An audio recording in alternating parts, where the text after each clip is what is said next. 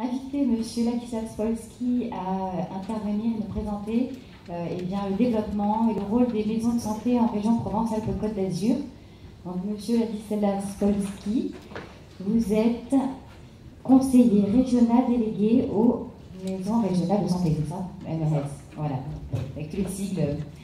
Je laisse la parole. Bien, bonjour à tous, merci de m'accueillir. Désolé parce que j'arrive à peine maintenant. Ce que je disais en aparté, c'est que nous avons actuellement au Conseil régional des discussions particulièrement serrées sur le budget de 2013. Et je dis ça parce que c'est lié avec cette nouvelle politique, mais qui a maintenant 2 ans, des maisons régionales de santé, dont j'ai la responsabilité. Alors on m'avait demandé effectivement de donner l'avis du Conseil régional sur les moyens d'améliorer l'efficience du système de soins sur le territoire. C'est vrai que, comme vous le savez, la santé n'est pas pour le Conseil régional une compétence obligatoire, au sens où la loi ne donne pas des responsabilités majeures en termes de santé aux conseils régionaux, en dehors de l'accompagnement des formations du sanitaire et des professionnels du sanitaire et du social, les infirmières et infirmiers, les sages-femmes, les masseurs, kinésithérapeutes. Et en dehors de ces responsabilités, tout ce que le conseil régional fait en termes de santé relève de politiques volontaristes, c'est-à-dire dont il se saisit. Et jusqu'à présent, jusqu'à la mandature actuelle, jusqu'en 2010, nous nous contentions de mener, je dis nous contentions, mais c'était déjà beaucoup, des politiques essentiellement axées sur la prévention, l'éducation à la santé, à la fois par la subvention à des associations qui mènent des actions dans ce domaine, mais aussi au travers de nos centres ressources principaux, notamment le Comité régional pour l'éducation à la santé, dont je vois Madame Mansour, la directrice, au second rang, et aussi l'Observatoire régional de la santé, également le CRIPS, qui s'occupe de la prévention et de l'accompagnement concernant le VIH. Alors, dans cette nouvelle mandature, le président Vauzel a souhaité s'intéresser un peu plus en avant aux questions de santé, et notamment aux questions qui relèvent de l'offre de soins proprement dite, ayant fait le constat que les inégalités de santé sur le territoire régional en Provence-Alpes-Côte d'Azur sont une véritable blessure du pacte républicain.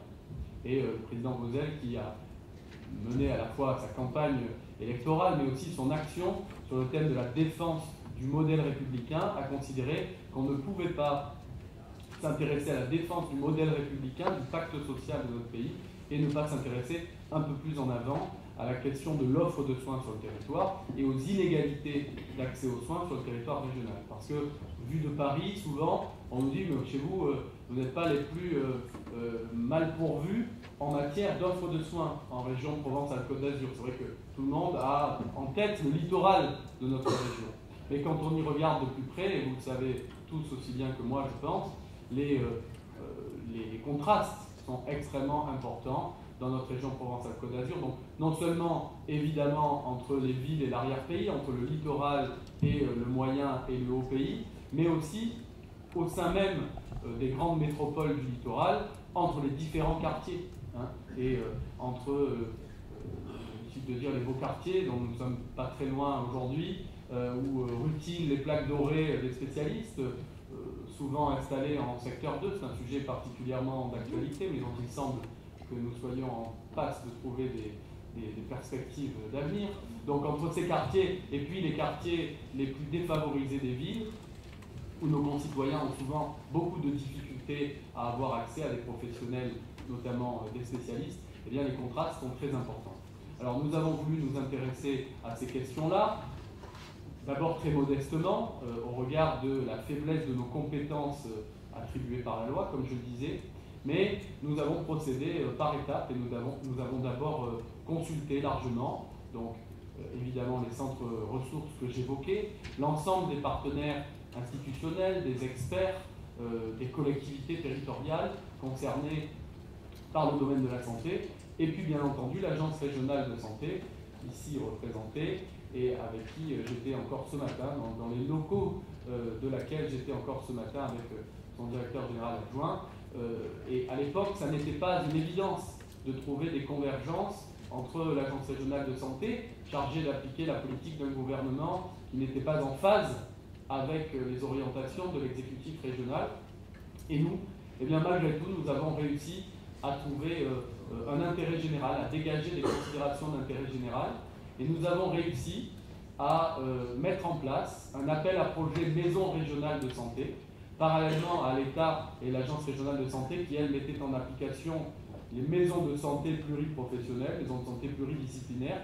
Nous avons réussi à faire converger ces deux dispositifs et à consolider un partenariat formalisé d'ailleurs par le contrat de projet État-région. Excusez-moi si je suis trop technique, mais le CPER, c'est le document qui contractualise l'action de l'État et du Conseil régional sur plusieurs années. Et nous avons fait inscrire donc les maisons régionales de santé dans le CPER. Alors, vous allez me dire, qu'est-ce que c'est que ces maisons régionales de santé? Alors, la vocation de ces maisons régionales de santé, le constat ayant été fait des inégalités d'accès aux soins sur notre territoire, eh bien, c'est de soutenir ou d'inciter la création de structures qui permettent d'abord un accès aux soins de premier recours, pluridisciplinaire et coordonné sur l'ensemble du territoire, en tout cas là où les besoins se font sentir. Mais cet accès aux soins de premier recours, nous souhaitions qu'il soit enrichi d'un certain nombre d'actions qui aillent au-delà de la simple offre de soins nécessaire, mais pas toujours suffisante pour répondre aux besoins de santé de la population. Donc nous avons voulu que dans nos maisons régionales de santé puissent se tenir des actions de prévention, d'éducation à la santé, des actions de l'ordre du médico-social, du médico-socio-psychologique. Voilà, donc ça en lien, là encore, avec nos centres ressources et avec d'autres collectivités. Je pense notamment aux conseils généraux qui ont une grande compétence, comme vous le savez, sur les actions du médico-social. Nous avons voulu que dans nos maisons régionales de santé puissent être intégrés des professionnels en formation, médecins et non médecins. Je disais tout à l'heure que nous avons responsabilité de la formation des infirmiers, des kinésithérapeutes, des sages-femmes. Nous n'avons pas de compétences directes sur la formation des médecins, mais nous avons réussi à nouer des partenariats, là encore, avec l'université, la faculté de médecine, les deux facultés de médecine du territoire régional, pour permettre d'accueillir dans nos maisons régionales de santé des internes et même des médecins hospitalo-universitaires à terme, puisque des chefs de clinique universitaires de médecine générale pourront être accueillis dans nos maisons régionales de santé. Nous avons voulu aussi réfléchir à la possibilité d'accueillir des consultations de spécialistes dans nos maisons régionales de santé, soit directement par consultation déplacée de libéraux, voire de professionnels hospitaliers qui pourraient se déplacer dans nos maisons régionales de santé, mais aussi, pourquoi pas, par le biais de la télémédecine, de toutes les techniques de télésanté, qui sont un vaste domaine, probablement à harmoniser, dont il faut préciser les contours, mais qui est un domaine évidemment extrêmement porteur, à la fois pour l'offre de santé, mais aussi qui est un domaine porteur de développement économique potentiel, puisqu'on a souvent tendance dans notre société à considérer la santé comme une charge pour la société, comme une dépense, et c'est vrai qu'elle l'est, mais elle est aussi un facteur de développement, et y compris de développement économique. Et pour garantir notre modèle social, il faut créer des richesses. C'est vraiment le sujet, si je puis dire, des temps actuels que nous vivons, de la période de crise économique et sociale que nous vivons. Il faut que nous réfléchissions à la création de richesses potentielles, à des perspectives de développement économique. Et ces techniques de télésanté sont un facteur de développement économique et un lien intéressant entre la charge que représente notre modèle social primordial, pilier du pacte républicain, mais aussi ses perspectives de développement économique.